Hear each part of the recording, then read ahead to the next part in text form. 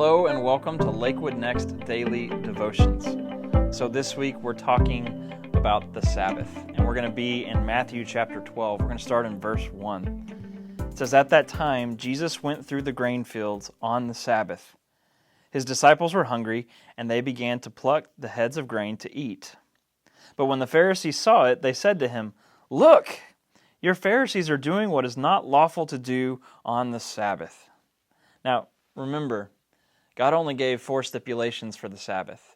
You couldn't have fires in your dwellings, there was no plowing or harvesting, you couldn't carry a heavy load, and there was no excessive travel.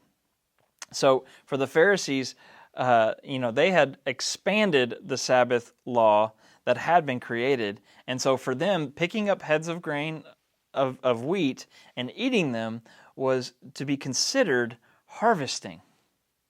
But look at Jesus' response in verse 3. It says, he said to them, "Have you not read what David did when he was hungry, and those who were with him? How he entered the house of God and ate the bread of the presence, which is not lawful for him to eat, nor for those who are with him, but only for the priests?" I love that. So Jesus is starting to make this argument here based on a pretty common way that rabbis used to argue, where he begins with something light and then he goes to something heavier, something with more weight. And so he begins by reminding them of what David did in 1 Samuel 21. David had come into the temple and he had taken the bread that was meant only for the priests and he gave it to himself and his men.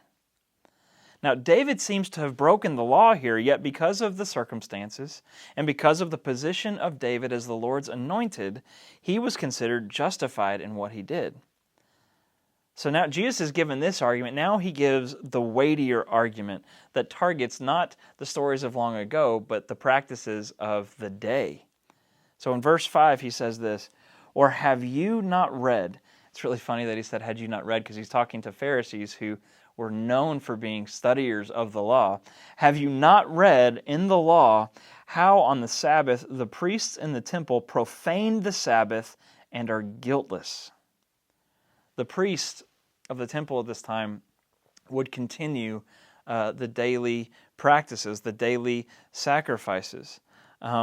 Even on the Sabbath, which was technically a violation of the Sabbath, but because the priestly duties demanded that sacrifices and offerings be given, it gave them precedent over the Sabbath regulations. And so since the priests were performing God's assigned task, they were regarded as innocent. And so now Jesus has said the lighter thing, he said the weightier thing, but it's about to get even heavier. In verse 6, Jesus continues, "I tell you, something greater than the temple is here." Follow this argument.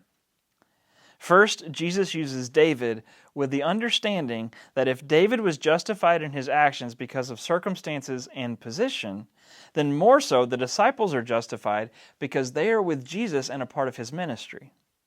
Then, pointing out the innocence of the priests in the temple because they are serving God who is greater than the Sabbath, Jesus makes the claim that the disciples are likewise innocent because they are a part of something that is even greater than the temple. And notice, he says something, not someone.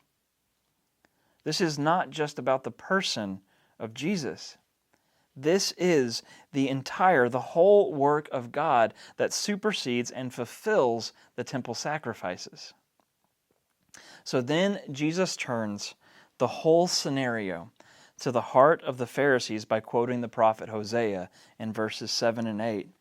He says, "If you have known what this means, 'I desire mercy, not sacrifice,' you would have not condemned the guiltless, for the Son of Man is Lord of the Sabbath." The Pharisees, who prided themselves in the mastery of Scripture, had failed to understand its heart. They knew the law, but they had missed the heart of the lawgiver. God is more interested in the heart of obedience than mere outward observances that are nothing more than empty actions. And Jesus finishes by saying, "I am the Lord of the Sabbath." I like it because if you put it in context with him talking to the Pharisees, it was almost like he was saying, I'm the Lord of the Sabbath, not you. But he is the Lord of the Sabbath. In the presence of Jesus, we work and we rest, not in the law, but in the heart of the lawgiver, who gives rest to the weary with an easy yoke and a light burden.